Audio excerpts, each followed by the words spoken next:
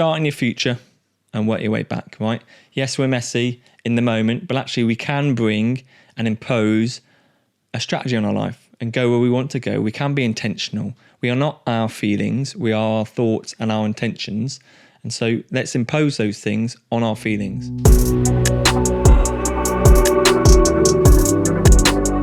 Welcome everyone to the Delta Pod. This episode is all about how messy you are. Not just you, but me as well. It'll be titled something like Messy Minds Make Progress or Chaotic Progress or something like that. The hypothesis for this episode would be modern wisdom and productivity books would have us all thinking we need to operate like robots, executing a flawless series of habits that the world tells us are good for us. I've lived that way. It wasn't great. I ended up in this kind of almost quite a toxic space of I ought to do these things. And I'm messy. Our minds are wild places. They are messy places. And yes, we need to try and control them, but we also need to acknowledge that they are messy. So embracing that we aren't robots was key for me to really find the joy in all these routines. I think I have quite a structured set of routines. I like my morning routine, but acknowledging that I'm messy, that I'm a human, that I'm not a robot, has helped me find the joy in those things. To have desire to want to get up early rather than feel like, oh, I've got to get up early. So that's kind of the hypothesis for today. I think for me, so I'm from an ex-military space or world, and in the military, like the assumption is that it's very structured, and it is, right? There's every day, there's timings. You've got to hit your timings, and you've got to do this, that, and the other. And actually, you're in a space where there's a lot of ambition, there's a lot of ego, and so people want to be their best. They want to be striving and moving forward, which is good at times. But equally, it can create this space where I ought to do things, right? And I think at Sandness, they had this phrase of do as you ought, not as you want. And there's a time and space for that, right? For me, I took that perhaps a step too far, that when I ended up in the civilian world, I was still doing, I ought to do this. It's not what I want to do, it's what I ought to do. And actually meant I stayed in a toxic relationship far too long. And I've kind of allowed these various different toxic things into my life that I ought to be suffering. I ought to be, that's okay. Pain is gain, all that kind of stuff. And in the military world, there's a space for that, right? I ought to, when I'm tired, clean my weapon and prep my kit for the next patrol. Right? I ought to get up a little bit earlier, do some fitness so that as an officer, I can be fitter than the soldiers I lead. Those kind of things, because everything comes down to there's a bad guy trying to kill you. So when it comes to those kind of things, that kind of level of severity, right, life and death, then ought to is quite a good phrase to apply. Problem is I took that and I applied it to like relationships and life. And in the civilian world, life is comfortable.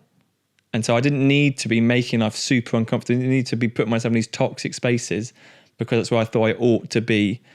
And it's something that I had to learn the hard way. I think my most recent thinking is really to, rather than have this world of kind of perfect routines and I've got to do X, Y, and Z and be a robot, I want to try and embrace my chaos. I want to try and embrace how messy I am, embrace the interference and frictions. I do want to be that person who's up executing the perfect, flawless morning routine. But like I said, I'm not a robot. And what I found is actually that I can stick to a routine for probably about 3 or 4 weeks. And then it becomes a real drag. And I'm like, why am I doing this? And I ought to be doing this. And yes, there's discipline to that. But what I'm trying to find now is, where's the joy in all of that? Like, how can I find joy in all these things I want to be doing? I want to be having a positive routine and moving forward and growing and being creative and bringing discipline to things. But I want it, right, in the moment. And so what I'm trying to embrace is this kind of mindset of chaotic progress, right? Life's messy, right? There's going to be stuff coming at you from all angles, right? Allow that stuff to happen. Embrace the interference and friction, because the interference and friction in life are what are going to grow you. So it's embracing that. Yes, I had a routine, or I've got to hit that timing, but that brings a lot of pressure, and actually you end up doing things because you ought to do them, not because you necessarily want to do them. And now at the point where, yes, there's still times where I ought to do things I don't necessarily want to do them, but actually a majority of the time, like when I wake up early, I wake up at 5:45 most days because I want to. Like, my alarm goes off, I'm out of bed, and I come downstairs, and we're into the day, but I want to be doing that. And actually in the moment, rather than being, oh, it's a drag. I actually want to be doing it. And I think I've spoken, I think previously around how you need to start with discipline, but then you quickly discipline will give way to desire, and desire will give way to devotion, right? So the more you can kind of go through that discipline space into a desire, you want to be there, you want to be doing these things, that's a good place, because you can maintain that, because it's all about moving through persistent and consistent progress over perfection. Like I said, I'm solo parent, got these 2 kids, and life is mental, right? They come first. Right? My life is not my own. They come first, and I need to make sure they are doing their homework in the evening, and they don't want to do their homework in the evening, or going out and rather than spending the whole time on their screen, or my daughter loves reading. Great, but if you're reading to the detriment of actually getting some sunlight, then it's not good. So we have this wrestle of I put the Hobbit down, we need to go outside and go for a little walk and pick flowers or something. And which is a good battle to have, but it's still a battle, right? So there's this chaos with my kids. I just need to embrace it, right? It is part of life. I can't get rid of it. I can't run away from it. So just embrace it. I feel like we focus too much on the daily routines and not so much on how what we do is aligning on where we want to go. Right? Just because Atomic Habits says I need to be habit stacking, or Human says I need to be doing 11 minutes of cold water showers or whatever a week, that's great. But how does that align with where you want to go? There's a whole thing around aligning our daily habits, our daily actions, our daily processes with our strategic dreams. Those 2 things need to be linked. Otherwise, why am I doing what I'm doing today? Where's it taking me? Where's the kind of the future orientation? And it's something I use in my coaching work, is something called a goal alignment funnel, which you can I've created a template for it. If you go on the website, you can find it on there. And I think I use it as a tool, as a catalyst for thought, right? It is a good tool. And there's 4 levels of goals. I'm not going to go through them now. But ultimately, it's aligning your process goals, your habits, with your dreams, right? Making sure those 2 align is key. And I think we can be so this book said I've got to do this book said I've got to do that, or I saw this influencer start doing this every day and it worked for them, or just because it worked for someone else doesn't mean it's going to work for you. It doesn't mean it aligns you on your goals, right? It doesn't mean there's an alignment. And alignment is key in all these things. To make sure what we do daily aligns on where we want to go is key. There's a difference between tactical and strategic framing. So how is what I'm doing today delivering my strategic goals? Rather than, am I doing it because I think I ought to do it, right? Is it just tactical? Is it just a tactical activity that has no second or third order thought to it? I think the key thing is start in your future and work your way back, right? Yes, we're messy in the moment, but actually we can bring and impose a strategy on our life and go where we want to go. We can be intentional. We are not our feelings. We are our thoughts and our intentions. And so let's impose those things on our feelings. Right? I'm going to impose where I want to go, where the strategic direction for my life is, where I want to go based on a bit of thought, rather than what my feelings want to do in this given moment. And like I said, this whole episode is about that friction between what do I want to do right now versus what do I think I ought to do versus having a desire to do what I want to do. Right? There's a whole messy world of our brains. And what I'm trying to propose is we need to allow some of that chaos. We need to roll with it, because actually life is chaotic and it's all about the persistent progress rather than perfection in the given moment. I think I would summarize kind of chaos or chaotic progress as we try and focus on the imperfect but consistent positive habits, because the consistency over the long term is what builds that success, what builds higher performance, helps us move forward. For me, I would love to be able to achieve the same things every day like clockwork. But I mean, every day is different, isn't it? But I'm a messy human. So I'm letting myself off a little bit. Still have things I would like to achieve, but really I view things more as a weekly set of goals rather than an hourly or daily set of goals. I'm allowing a little bit of chaos. What does this look like in practice? I'm trying to act on impulses more. And I want my impulses, I want to hack them, to train them to the point where my impulses want the good things. They want the positive habits.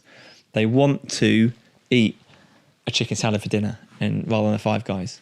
Or they want to fast till midday, right? That all my impulse is to want that. And I think that's the whole going from discipline to desire. And I think the interesting thing is if you're pursuing impulses, what you're going to potentially, and what we're all really guilty of, I think, is we can be bouncing between cheap dopamine hits. Right? Your impulse, your body wants your kind of a bunch of chemicals walking around and hormones, and your body wants those things, right? So I've got 5 minutes spare, or I don't know what to do now. Get my phone out, dopamine, right? That's the impulses which we need to train out and replace it with, well, I've got 5 minutes spare, what shall I do?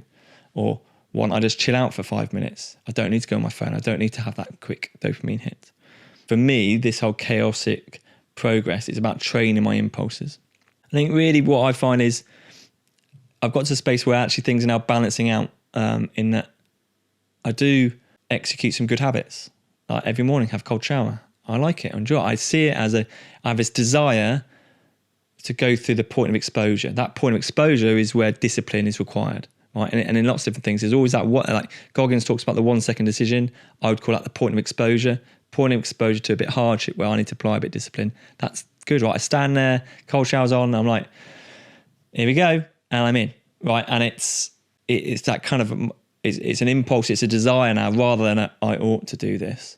I think allowing impulses, things balance out. And what I feel like I'm doing, I'm allowing joy. I think joy is what's going to help us build those consistent habits, right? And consistency is the key here, right? So having the kind of allowing the fact that life is chaotic, but we need to be persistent and consistent to move forward also allows a bit of room for joy.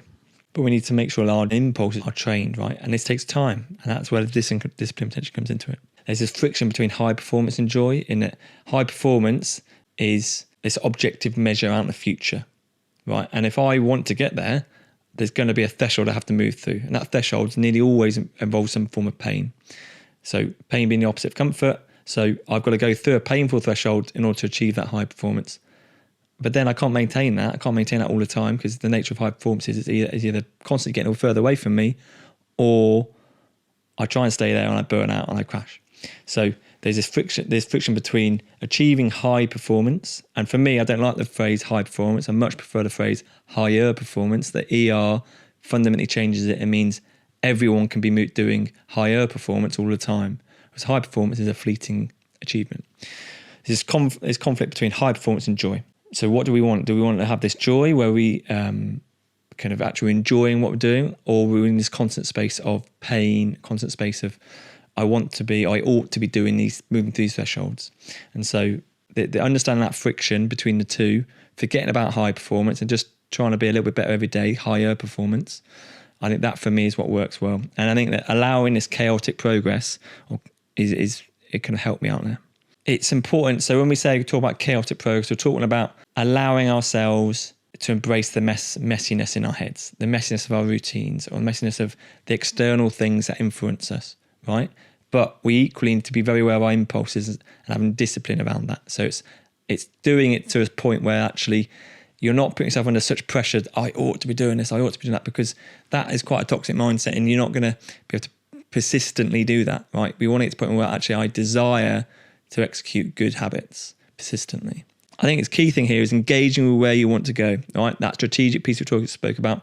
What am I doing today, and how is it moving me towards where I want to go, right? How is what I'm achieving this week moving me towards where my goal in a year's time, rather than how is what I'm doing this hour delivering a good day? Accept that we're a mess. I'm a mess. I'm owning it. Are you a mess? Or are you a robot? What are the imperfect habits that you can constantly pursue? Building that consistency. I'm a mess, but accepting that is the start, right? Accepting my vulnerability and that life is sometimes on top of me, and actually acknowledging that the frictions and interferences in life are what will grow me actually allows me to have a little bit more joy in my daily routines, right? I'm not saying that I'm comfortable, but I'm enjoying what I do. I'm enjoying the early starts. I'm enjoying doing my exercise. I'm enjoying eating clean, those kind of things. So that's the key thing there, is really trying to focus on joy strategically. Some questions for you. Questions are key, right? This is some thoughts from me. I don't want this to be perceived as necessarily advice or teaching, but I just want to hopefully have triggered some thought there for you. And to cement that thought, some questions. quite like we said before, questions challenge the assumptions we make. What's the longest period of time you have maintained a daily routine? Have you ever maintained a set of good positive habits more than say 2 or 3 days? I think if I look at my life, I'm good up to about 3 weeks. But anything beyond that, it then starts to, life takes over, or my reasons for doing it, I'm not sure why I'm maintaining this thing. So that's where the strategic thought, the strategic why is really key. Second question, for you, where is the balance between the robot routine that's prescribed to you by self-help books or your favourite influencer on Instagram? Where's the balance between that and embracing the messiness, embracing your messy balance of pursuing a set of aligned goals over perhaps a longer term period? Where's the balance between your robot routines and your messy routines? I've written a blog, which I feel like the blog is going to be a lot more articulate than me just talking about this stuff, because I'm messy, right? So there's a blog, like I said, there's always a blog accompanying each podcast. And in the blog, I think, articulates some of these thoughts perhaps like better than I can verbally, because this is quite, I would say, a bit controversial. We're used to being, you've got to be a robot, you've got to do this, I ought to be doing all these things. Whereas what I'm saying is, you've got to want to do it, right? If you don't want to do it, you're not going to do it persistently.